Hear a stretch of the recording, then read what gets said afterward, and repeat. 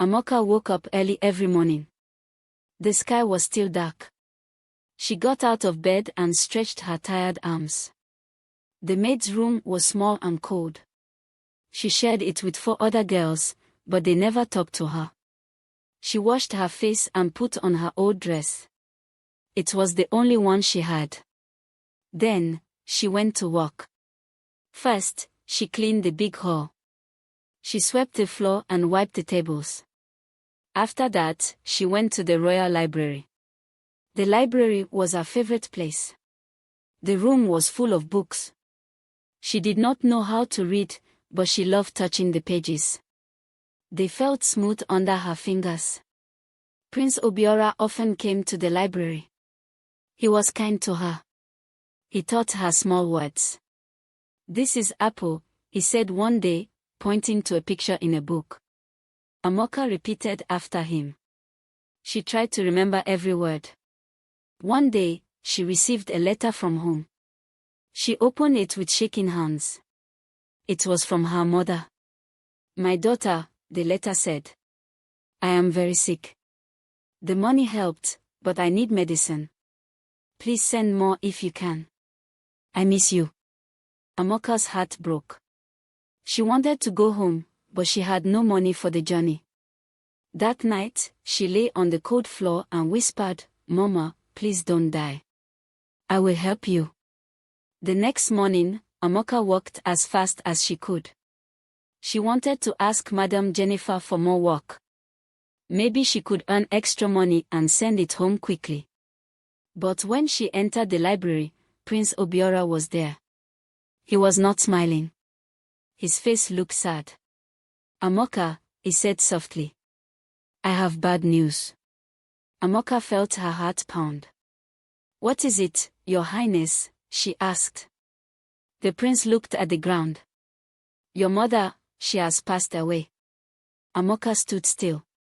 She could not move. She could not speak. "No, no, that cannot be true," she whispered. "I'm sorry," the prince said. "A messenger came this morning. Your mother is gone." Amoka dropped to the floor. Tears poured down her face. She cried so hard that she could not breathe. "I was too late," she sobbed. "Mama, I wanted to help you. I worked so hard for you." Prince Obiora knelt beside her. "I'm sorry, Amoka."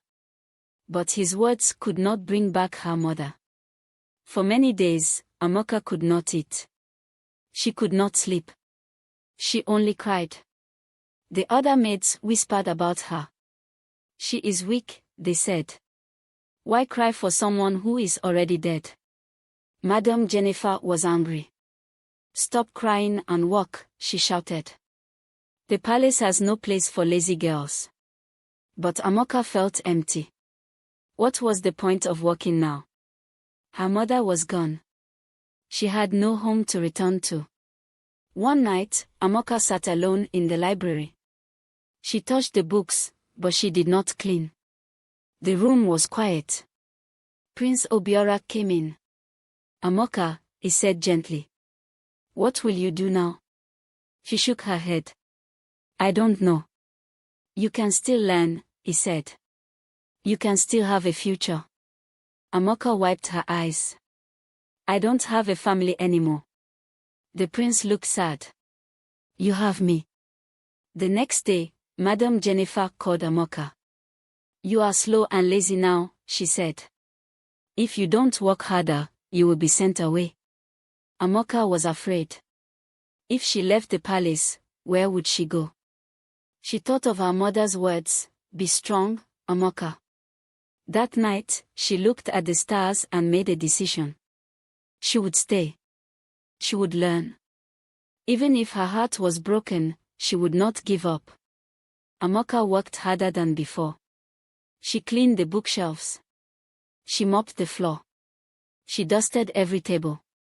One day, Prince Obiora gave her a small book. "This is for you," he said. Amoka held the book carefully. She could not read yet, but she smiled. "Thank you, Your Highness." The prince smiled back. "One day, You will read it yourself. Amoka kept the book under her pillow.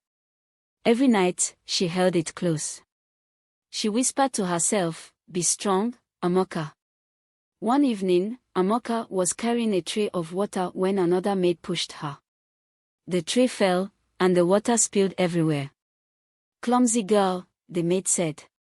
"You are nothing but a poor servant." Amoka picked up the tray with shaking hands. She wanted to shout. She wanted to cry.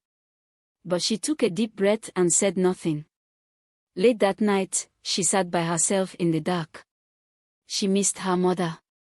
She missed home. She felt so alone. Prince Obiora found her sitting outside. "Are you all right?" he asked. Amoka shook her head. "I feel lost." The prince sat beside her. "I know it is hard," he said. "But you are stronger than you think." Amoka looked at him. "Why do you care?" The prince was quiet for a moment. Then he said, "Because I believe in you." Amoka wanted to believe in herself too. She wanted to be strong.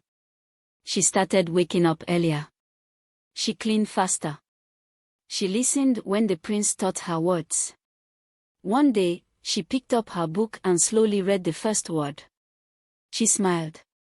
Maybe, just maybe, she still had a future. But deep inside, her heart was still broken. Watch out for part 4 of this story. Amoka woke